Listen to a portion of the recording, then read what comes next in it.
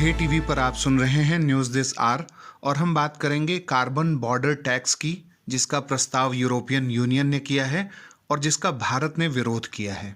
भारत ने यूरोपीय संघ के भेदभावकारी यानी डिस्क्रिमिनेटरी कार्बन बॉर्डर टैक्स का विरोध किया है, क्योंकि इस टैक्स के जरिए यूरोपियन यूनियन ऐसे देशों से अपने यहाँ होने वाले आयातों यानी इंपोर्ट्स पर एडिशनल टैक्स लगाने का प्लान कर रहा है, जिनके पास औद्योगिक ग्रीन हाउस गैस के उत्सर्जन को कंट्रोल करने के लिए कठोर नियम नहीं है। इसका मतलब यह है कि ईयू यह मानता है कि भारत जैसे विकासशील देशों के पास औद्योगिक ग्रीन हाउस गैस के उत्सर्जन को कंट्रोल करने का कोई कायदा, कानून या कोई नियम नहीं है। इससे पहले 10 मार्च 2021 को यूरोपियन यूनियन की संसद ने कार्बन बॉर्डर एडजस्टेड मैकेनिज्म को क्रियान्वित करने के लिए एक रिजोल्यूशन को यानी एक प्रस्ताव को अडॉप्ट किया था और फिर जून माह में इस पर ड्राफ्ट रेगुलेशन के तहत इस टैक्स को लगाने के लिए प्रस्ताव भी किया गया था। जो भी वस्तुएं यूरोपीय संघ की सीमा में प्रवेश करती हैं, उन पर ग्लोबल वार्मिंग को बढ़ावा देने के चलते टैक्स लगाया जाएगा, ऐसा ईयू ने कहा। और ऐसा टैक्स अल्प कार्बन यानी जो लो कार्बन है, संसाधन प्रभावी विनिर्माण, रिसोर्स एफिशिएंट मैन्युफैक्चरिंग को बढ़ावा देगा, ये भी ईयू ने कहा।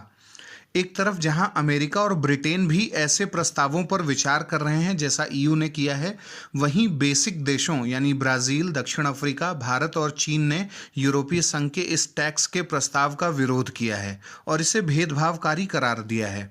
इसे UNFCCC यानी United Nations framework convention on climate change के जो सिद्धांत है, जिसको हम समान किंतु विभेदित उत्तरदायित्व डैश संबंधित क्षमता कहते हैं, इंग्लिश में जिसे common but differentiated responsibilities respective capabilities कहते हैं, उसका उल्लंघन करता है। यह सिद्धांत समृद्ध विकसित देशों को विकासशील देशों को वित्तीय और प्रौद्योगिकी सहायता देने की मांग करता है।